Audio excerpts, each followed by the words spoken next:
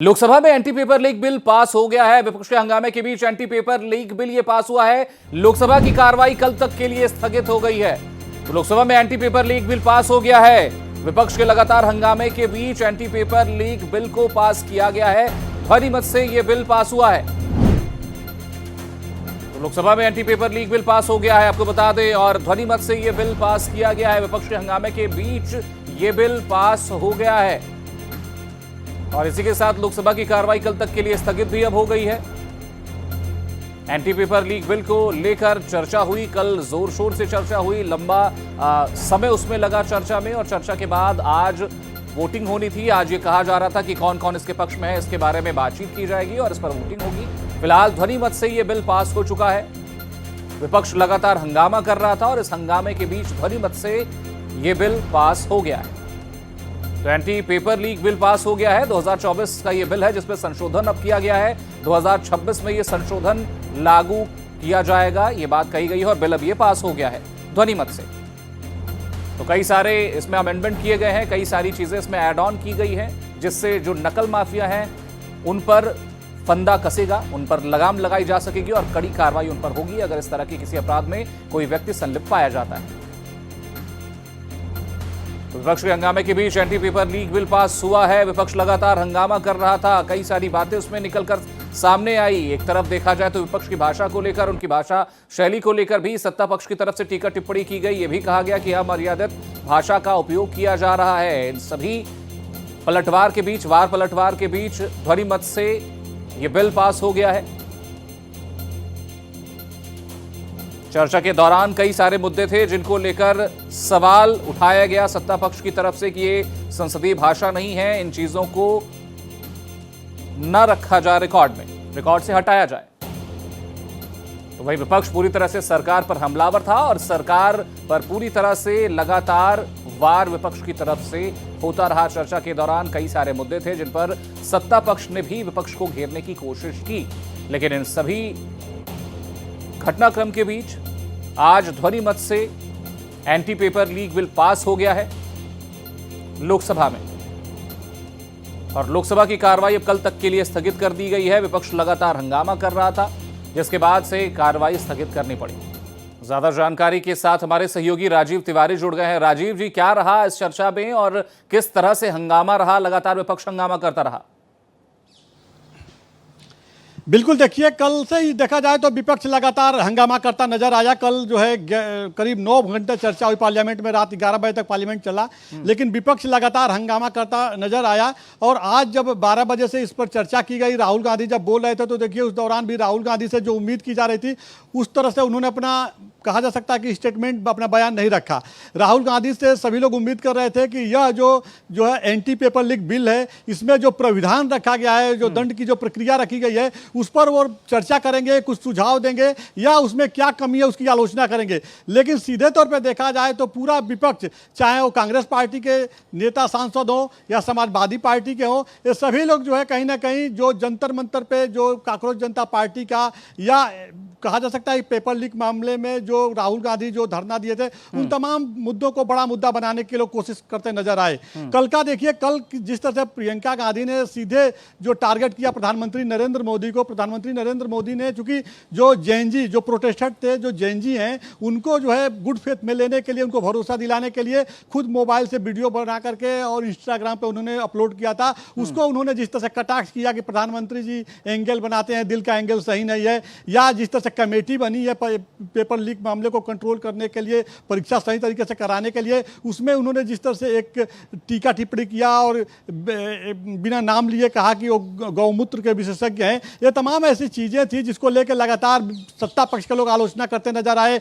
और जिस तरह से उन्होंने केंद्रीय शिक्षा मंत्री प्रहलाद जोशी के ऊपर टीका टिप्पणी किया, और अब उन्होंने ये कहा कि पब में लड़कियों को भी उन्होंने पिटवाया, जो व्यक्ति पिटवाया था उसको उन्होंने बीजेपी ज्वाइन कराया। ये तमाम ऐसे मुद्दे थे जिसको लेकर के ये लोग चर्चा चर्चा करते नजर आए जो इस टॉपिक पे नहीं था, क्योंकि देखा जाए तो सत्ता पक्ष यह उम्मीद कर रहा था कि जब जो anti paper leak bill pay जब चर्चा होगी तो सार्थक चर्चा होगी और विपक्ष के जो लोग हैं, चूंकि प्रबुद्ध लोग हैं, सभी लोग इसमें अपनी बात रखेंगे और जिस तरह से लगातार इसको लेकर के लोग मुद्दा बना रहे थे, तो आने वाले समय में छात्रों के भविष्य को ध्यान में रख के क्या कुछ और बेहतर किया जा सकता है वह अपना ये लोग पॉइंट रखेंगे। सरकार की तरफ से जो पक्ष रखा गया है उसमें क्या कुछ कमियां हैं उसमें वो लोग नकारात्मक गिनती बताएंगे, लेकिन ऐसा कुछ भी नहीं हुआ।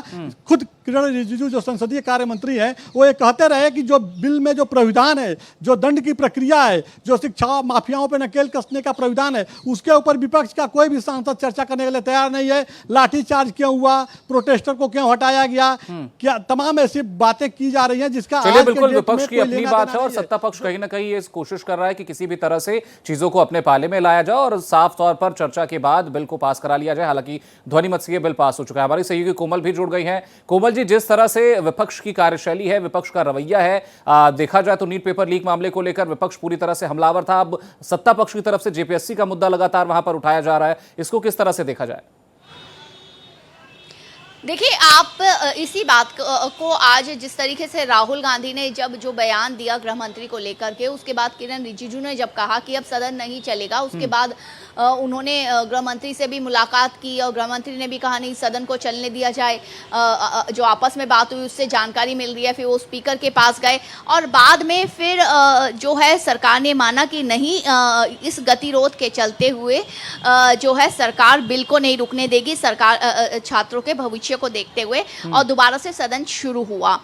लेकिन देखिए, अगर विपक्ष के रवैये की बात करें तो, और जो आप कह रहे हैं कि लगातार विपक्ष जो है वो नीट का मुद्दा छात्रों के लिए उठा रहा था, तो उसको लेकर के जितेंद्र सिंह जो है उन्होंने ये कहा कि पहले कांग्रेस उस मंच पर नहीं गई जो आंदोलन जंतर मंतर पे चल रहा था, क्योंकि उनको लगा वो आम आदमी पार्टी का, केजरीवाल जो है उनका का आंदोलन है। लेकिन बाद में मानसून सत्र जब शुरू होने लगा तो उन्हीं के अपने लोगों ने कहा कि ये मुद्दा, जेनजी की भाषा में उन्होंने बोला कि ये मुद्दा आपके हाथ से जो है फिसल रहा है। उसके बाद राहुल गांधी तुरंत जो है प्रधानमंत्री आवास पर धरना के लिए पहुंच गए।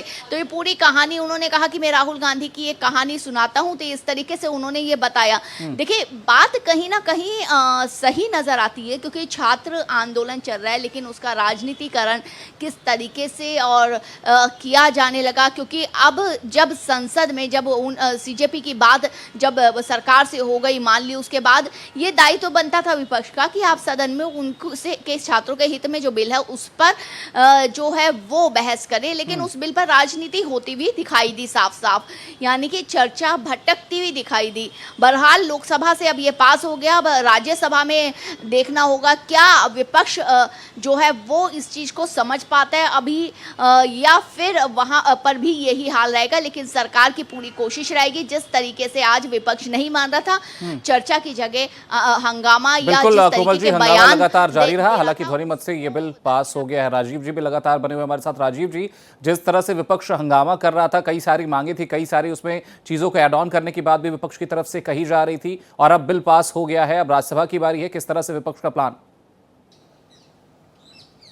बिल्कुल, देखिए, यह बिल जो लोकसभा में पास हो गया है राज्यसभा में भी पास हो जाएगा, क्योंकि इस बिल को पास कराने के लिए जो संख्या बल की जरूरत है वह एनडीए के पास है। 50% इसमें वोट चाहिए, इसमें जो सीट है उसके हिसाब से करीब हम 123 से 124 चाहिए। लेकिन अगर देखा जाए तो अब एनडीए का कुनबा बड़ा हो गया राज्यसभा में और लोकसभा में। अगर यह संविधान संशोधन विधेयक होता तो इसमें 2/3 चाहिए, लेकिन यह सामान्य है तो इसमें जो है ये आसानी से लोग पास करा लेंगे ध्वनि मत से राज्यसभा में भी। लेकिन बड़ी बात यह है कि देखिए, अभी सरकार के सामने तमाम बड़ी चुनौतियां हैं, क्योंकि आज जिस तरह से आपने देखा पार्लियामेंट में समाजवादी पार्टी के सांसद जो थे वो राम मंदिर चढ़ावा चोरी को बड़ा मुद्दा बना रहे थे, प्रोटेस्ट कर रहे थे। उसके बाद आम आदमी पार्टी के जो सांसद हैं संजय सिंह, उनका बयान आया है। वो फिर एक बार, चूंकि विपक्ष के पास देखिए एक बड़ा हथियार हो गया है जेनजी। जेनजी को विपक्ष जो है अपना राजनीतिक हथियार बना करके सरकार को घेरने की तैयारी में है। यही वजह है कि अब इसको खत्म करने के बाद नीट पेपर लीक मामले में जब सरकार कानून लेकर के आ जाएगी तो अब विपक्ष तैयारी में है कि E20 को मुद्दा बनाया जाए और राम मंदिर चढ़ावा चोरी को मुद्दा बनाया जाए,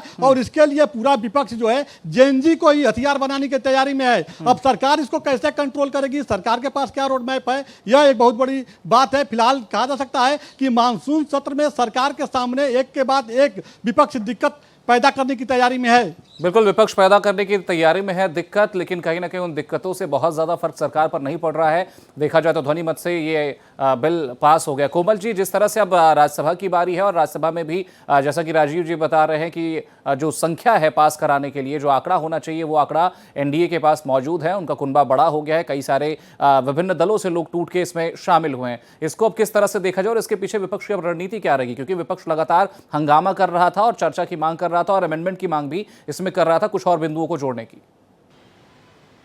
देखिए, आप अगर लगातार पीछे कई सत्रों से देखें तो जो भी सरकार बिल रख रही है उस पर विपक्ष की चर्चा लगभग ना के बराबर होती है, लेकिन सरकार की रणनीति ऐसी होती है वो लगातार बिल पास कराती है। एक महिला आरक्षण बिल को लेकर के कि अगर बात छोड़ दी जाए तो, लेकिन सरकार की अभी भी कोशिश है कि वो लाए जब पूरा संख्या बल उनके हिसाब से, क्योंकि उसके लिए 2/3 जरूरत थी। लेकिन अब जिस तरीके से ये बिल है इसको लेकर के जिस तरीके से लोकसभा में, मैंने आपको कहा कि पहले बीजेपी जो सरकार अड़ गई थी कि नहीं, इस पर किरण रिजिजू अड़ गए थे कि सदन की कार्रवाई नहीं होगी राहुल के बयान के बाद, लेकिन बाद में क्योंकि बिल को पास करवाना है इसलिए इधर जो है सरकार ने ये रवैया रखा कि अपना उस बात पर अड़ी नहीं और दोबारा से सदन की शुरुआत करके और एकदम से बिल पास करवा दिया, क्योंकि विपक्ष उस पर उस तरीके से चर्चा नहीं करना चाह रहा था। लेकिन मुझे लगता है कि अब राज्यसभा में भी थोड़ा यही चीज देखने को तो मिलेगी, लेकिन बिल पास वहां से भी हो जाएगा। फायदा इस बात का ये होगा क्योंकि अभी फोकस जो था यही था छात्रों के भविष्य को देखते हुए कि जिस तरीके की कमेटी बनी थी या जिस तरीके से विपक्ष गिना रहा था कि इतने पेपर लीक हुए उतने हुए, उसको लेकर के एक कड़े नियम और कायदे वाला बिल जो है वो आने वाला है और वो बहुत ज़रूरी होगा। और अच्छा होता कि इस पर अगर सभी, चाहे गैर भाजपा राज्य है चाहे बीजेपी रूल स्टेट्स है, वो बैठ करके इस पे बात करते, अपनी बात पहुंचाते और अपनी बात उनके थ्रू संसद तक जाती, चाहे वो विपक्ष के जरिए चाहे वो पक्ष के जरिए, तो वो बेहतर होता। लेकिन वैसा नहीं हुआ, वो तस्वीर सदन में देखने के लिए नहीं मिली। बहरहाल अब इंतजार रहेगा राज्यसभा का, और राज्यसभा से भी जब ये पास हो जाएगा तो मुझे उम्मीद है कि इसको लेकर के छात्र आश्वस्त होंगे कि उनके भविष्य के लिए एक ऐसी नींव तैयार की जा रही है जिससे आगे उन्हें आश्वस्त हो सकते हैं कि परीक्षा में एक पारदर्शिता जो है वो बढ़ती जाएगी। बिल्कुल कोमल जी, सरकार आश्वस्त है पूरी तरह से, विपक्ष भले ही कुछ इसमें शंका और संशय की स्थिति बनाए हुए। राजीव जी, जिस तरह से अब ये बिल तो पास हो गया, अब और कौन कौन से प्रमुख बिल हैं जिनको पास करने की कोशिश सरकार करेगी इस सदन के इस सत्र के दौरान? बिल्कुल, देखिए अभी जो है पेश किया गया है सुप्रीम कोर्ट में जजों की संख्या बढ़ाने को लेकर, उस पर भी चर्चा होनी है। सरकार की तैयारी है कि जो सुप्रीम कोर्ट में जजों की संख्या 33 है उसको बढ़ा के 37 कर दिया जाए। यह मुख्य न्यायाधीश को छोड़ करके, अगर मुख्य न्यायाधीश को जोड़ा जाएगा तो यह 38 सीट हो जाएगा। तो इसको जो है सरकार पास कराने की तैयारी में है। इसके साथ ही अगर देखा जाए तो जो फॉरेन कंट्रीब्यूशन है उस बिल को जो है सरकार पास कराने की तैयारी में है। जो अंशदान मिलता है विदेश से, वो जो तमाम एनजीओ को और तमाम संगठनों को, उसको कंट्रोल करने की भी तैयारी में है सरकार। इसके बाद अगर देखा जाए तो एमएसएमई में सरकार ढेर सारा बदलाव करना चाहती है। इसके लिए एक संशोधन बिल तैयार किया गया है। अगर देखा जाए तो देखिए जन्म और मृत्यु प्रमाण पत्र के लिए जो रजिस्ट्रेशन होता है उसके लिए संशोधन विधेयक तैयार किया गया है, उसको भी सरकार जो है टेबल करके उस पर चर्चा चाहती है। तो सरकार के पास जो है लगातार कई ऐसे महत्वपूर्ण बिल हैं। इसके बाद देखा जाए तो देखिए सरकार, चलिए बिल्कुल राजीव जी, कई सारे महत्वपूर्ण बिल हैं और सरकार की कोशिश भी रहेगी कि ये पूरी तरह से मानसून सत्र उनके लिए फायदेमंद ये सत्र साबित हो और सभी बिल जो है वो पास करा लिए जाएं।